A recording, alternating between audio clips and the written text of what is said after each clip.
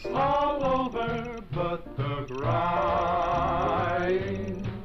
And nobody's crying but me. Friends all over know I'm crying.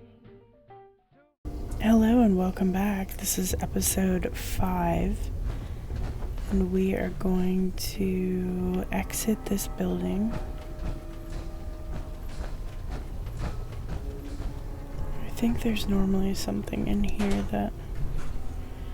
Yeah, I need that bobby pin box.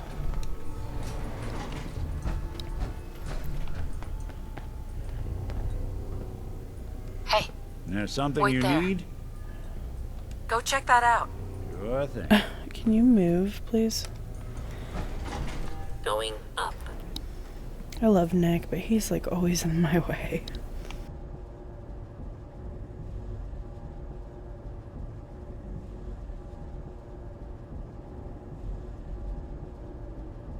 I hate when I get stuck in freaking elevators. Hey, Go on. roof access. Okay. This is the moment where I regret not getting rid of all of the turrets. But I'm just gonna come down here, People of the Commonwealth, hop, skip down here. do not interfere. Our intentions are peaceful. We are the Brotherhood of Steel. We are the Brotherhood of Steel.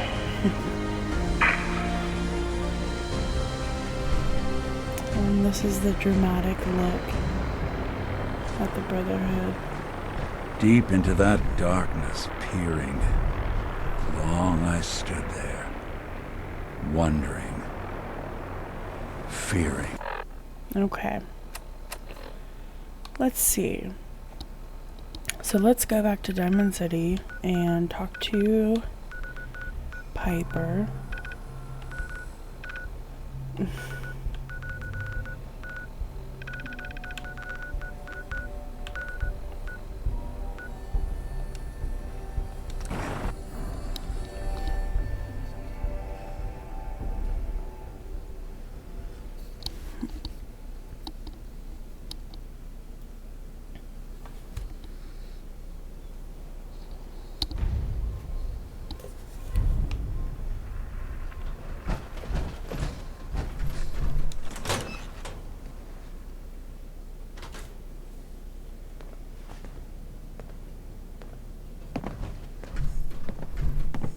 Well, well. Nikki Valentine walks into my office for a change. What can I say, Piper? You, me, and hard luck all seem to run together like acid rain down an old sewer. You, including your client here in that analogy? So, you two are finally letting me in on this little case of yours. What's the story? Oh, I gotta turn towards her. We need help. We need help, Piper. This man named Kellogg kidnapped my baby. But that wasn't all. He was working with the Institute. He gave them Sean. The Institute. Oh boy. I've been investigating these creeps for over a year now. The Commonwealth's boogeyman. Feared and hated by everyone. True enough. Sometimes they snatch people in the middle of the night, and sometimes they leave old synths behind to remind us that they're out there, but to this day, there's one thing nobody really knows. Where the Institute actually is. Or how to get in. Exactly. But there's one person who has to know, right? The guy who just handed them Sean.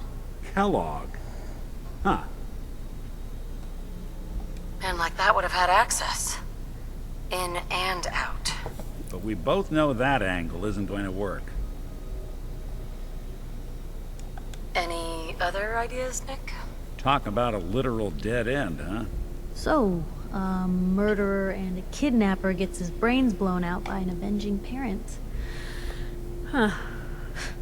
Be a great ending if we didn't still have the biggest mystery in the Commonwealth to solve. What now? So, what now? Gets his brains blown out. Huh. His brains. You know, we may not need the man at all. You're talking crazy here, Nick. Got a fault in the old subroutines? Look, there's a place in Good Neighbor called the Memory Den. Relive the past moments in your mind as clear as the day they happened. If anyone could get a dead brain to sing, it'll be Dr. Amari, the mind behind the memories. I hope you're right, Nick. Let's see. I guess we're gonna need a piece of Kellogg's brain. Enough gray matter to bring to Amari and find out if this is going to work. Jesus, Nick. Gross. Seriously? I know it's grisly, but what choice do we have? We got no leads, nothing. That old Merc's brain just might have all the secrets we need to know. Good thing I grabbed it. Actually, I think I already have something. Kellogg had this thing attached to his head. Cybernetics, huh? We may have just won the lottery.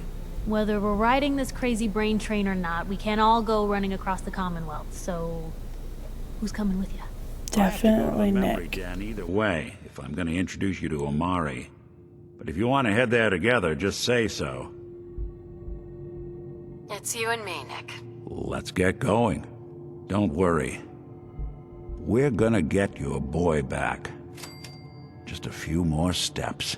While you two are out, I'm gonna do some more research. I'll be here if you need me. And by the way, at some point, you owe me an interview.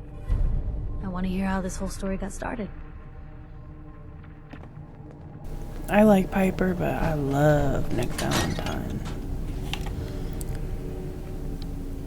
There's like a whole community of people that are absolutely in love with Nick Valentine. Scared. I can just go from here. Let me... Yeah, I was gonna say... Where are you, good neighbor? Right here. Simon.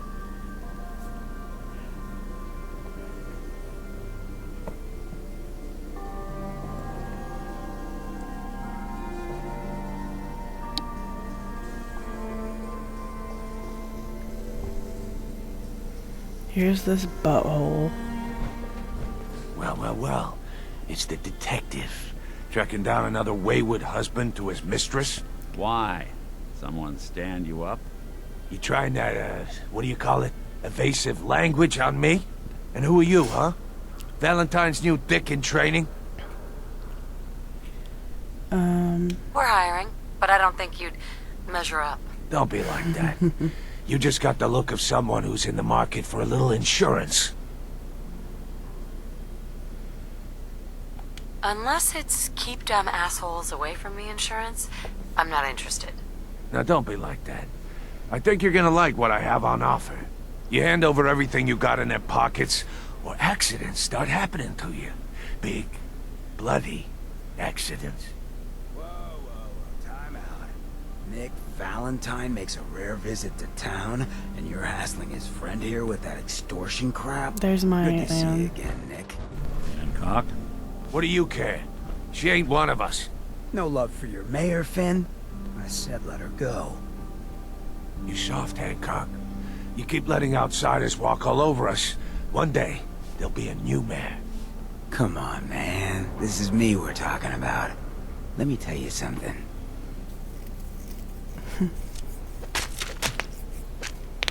Now why'd you have to go and say that, huh? Breaking my heart over here. You alright, sister?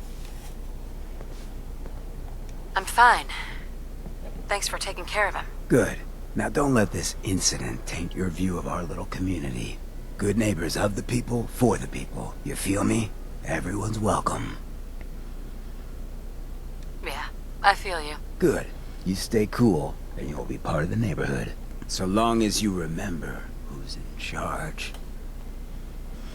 I've grown to like Hancock a lot. Him and Valentine. I feel very safe with them. A new player in Good Neighbor. Hello, little pawn. Welcome to our fun games.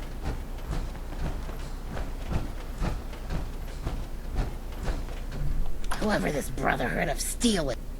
She sounds like, what is it, Marge Simpson? Is that her name? I never watched The Simpsons, but she sounds a lot like Homer's wife. Well, Mr. Valentine, I thought you had forgotten about little old me. May have walked out of the den, Irma, but I'd never walk out on you. Amari's downstairs, you big flirt. Don't be flirting with my man.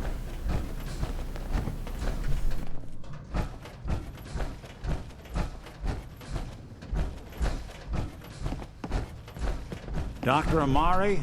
Yes? I take it this isn't a social call. We need your help, Doctor. I need the memories from a man named Kellogg. But he's dead. I know it's asking for a miracle, Amari, but you've pulled off the impossible before. Are you two mad?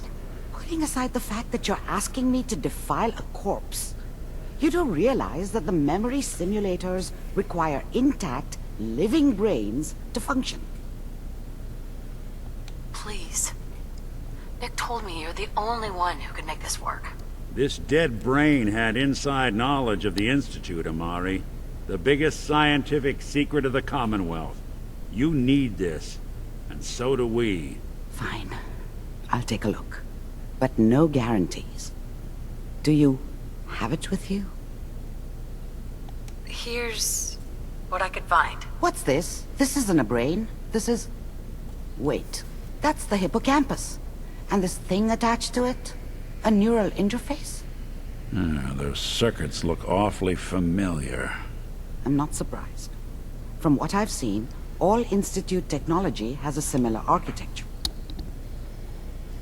Go on, Doctor. Mr. Valentine is an older generation synth. But Institute technology being what it is, the brain implant could fit him. But that's an incredible risk to take. We're talking about wiring something to his brain. Don't worry about me, Amari. I'm well past the warranty date anyway. Hey, I appreciate this, Nick. You can thank me when we've found your son. All right, let's do this. Whenever you're ready, Mr. Valentine. Is it just me, or does my character sound so much like Elena Gilbert from The Vampire Diaries? Because I'm pretty sure she does. I need you to keep talking to me, Mr. Valentine. I want to do like a Any slight change in your side-by-side. cognitive functions could be dire. Are you feeling any different? There's a lot of flashes. I hate when it turns red like Static. that.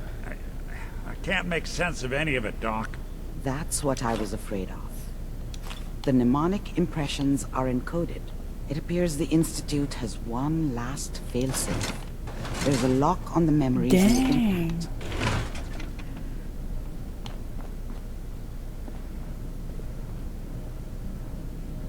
Tell me you have a way past this, Doctor. Let me think. The encryption is too strong for a single mind. But what if we use two? We load both you and Mr. Valentine into the memory loungers. Run your cognitive functions in parallel. He'll act as a host, while your consciousness drives through whatever memories we can find. All right, let's get started. Just sit down over there, and keep your fingers crossed. See you on the other side.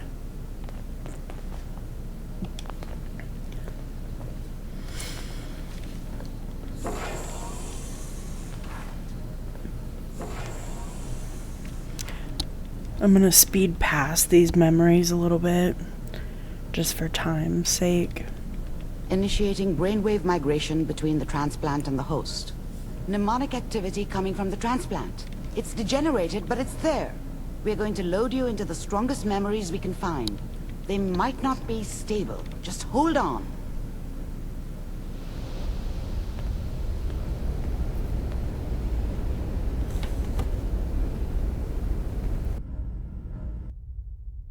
Can you hear me? Ah, good. The simulation appears to be working, although the memories are quite fragmentary. I'll try to step you through the intact memories and hope we find one that gives us some clue to the Institute's location.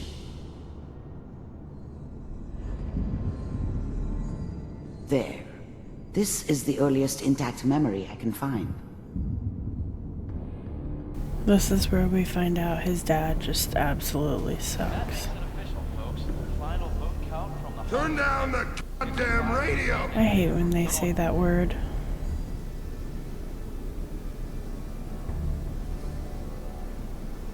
This doesn't seem to be what we're looking for. There appears to be another intact memory close to you in temporal sequence. There. Try that one. It's gonna be fine. Don't care. Let's keep looking.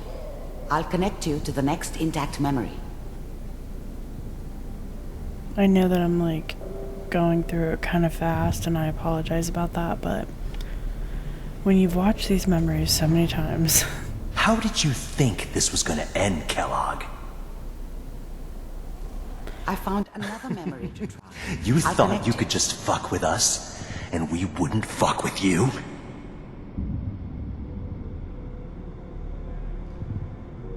Yeah, they hurt his family. Whoever they were hurt his family really. Like, I'm pretty sure they took him out of the game. Alright, mercenary work. Well, we seem to be getting closer. Try this next one.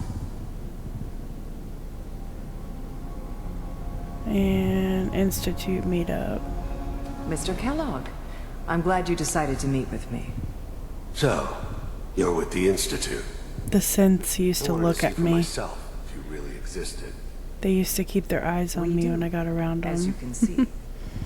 Getting warmer. One of these has got to tell us something. We're running out of brain here. There's one that looks mostly... This is where my husband died. Don't want to watch that again. Hey, me. How are you? I found another intact memory. Whenever you're ready. And here's the core memory that we need. Is that your son? This No. appears to be a very recent memory. So, good news, I think. Oh boy. Piper has really done it this time. I mean, I'm not saying she's right, but Mayor, he's gonna be really mad this time. I probably shouldn't have even, Kellogg. said anything. It's okay. But I did. One of these days, you're gonna get your head blown off just barging in here like that. Play some music. Minimizing my exposure to civilians is a priority. Forget I said anything. So what's the big crisis this time? New orders for you. One of our scientists has left the Institute. Left? As in? He's gone rogue. Name's Dr. Brian Virgil. We know he's hiding somewhere. That's my jam. See, here's his file. Wow. Some heads are gonna roll for this. Capture and return, or just elimination? Elimination. He was working on a highly classified program. No kidding. One of the top bioscience boys? Damn. So, I guess you're taking the kid back with you. Affirmative. Your only mission is to locate and eliminate Virgil. You're taking me home to my father? Yes. Stand next to me and hold still. Okay.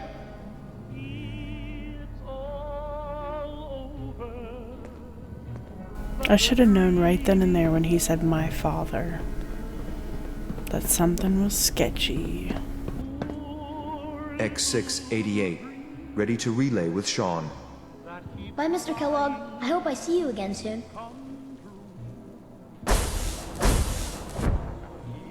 Bye. Teleportation. Now it all makes sense. Nobody's found the entrance to the Institute because there is no entrance. Let me pull you out of there as soon as you're ready.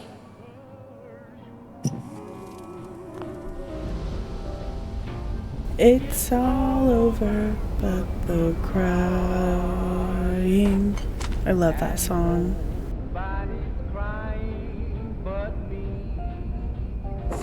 Slow movements, okay? I don't know what kind of side effects the procedure might have had. No one's ever done this before. How do you feel? I'm okay, Doctor. Thank you. That's good, but I want you to keep monitoring yourself. We have to be sure there's no long-term damage. Are you ready to talk about what happened in there? There's more than one person who knows about the Institute. Virgil, that scientist who escaped. I didn't know Institute scientists could defect. This changes everything. He could answer all sorts of questions. Where did the memory say he was? The glowing sea? That can't be right. No one would risk going there, not even to hide. That's why he's there. To make the Institute think twice about following him. That must be it. He's using the radiation in the glowing sea like a shield, or a cloak, a way to throw them off and be at an advantage. If Virgil found a way to survive there, you'll have to do the same. If you're going to follow him. I'll find a way to get through the rads. Don't worry. Good luck, and be safe. By the way, I unplugged Mr. Valentine first. Removed the implant while you were waking up. He's waiting for you upstairs. Alrighty then.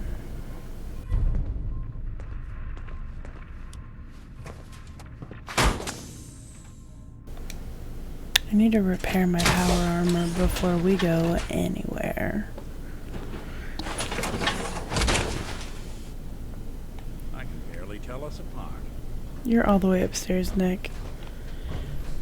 I would love to go to a real-life memory den where I could relive my memories.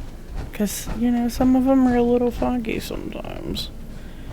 So this dude right here, I never noticed it until like the 15th playthrough, but he is actually the dude from the railroad that wears the costumes. Hey, Valentine. Hope you got what you were looking for inside my head. Right? I accidentally skipped that, but that's okay. Kellogg. Is that you? What? What are you talking about? You sounded like Kellogg just then. Did I? Mnemonic impressions. Mari said there might be some mnemonic impressions left over. Anyway, I feel fine, so let's get going. Let's get going, Nick. Been one heck of a ride so far. Let's see where it takes us next. Alright, thank you guys so much for watching. I know these are somewhat short episodes, but I am trying to keep it down to like low amounts of times because I really want everybody to be able to watch it and not have to like take breaks and stuff like that. So I will see you in the next episode. Thanks again. Bye. It's all over, but the crying,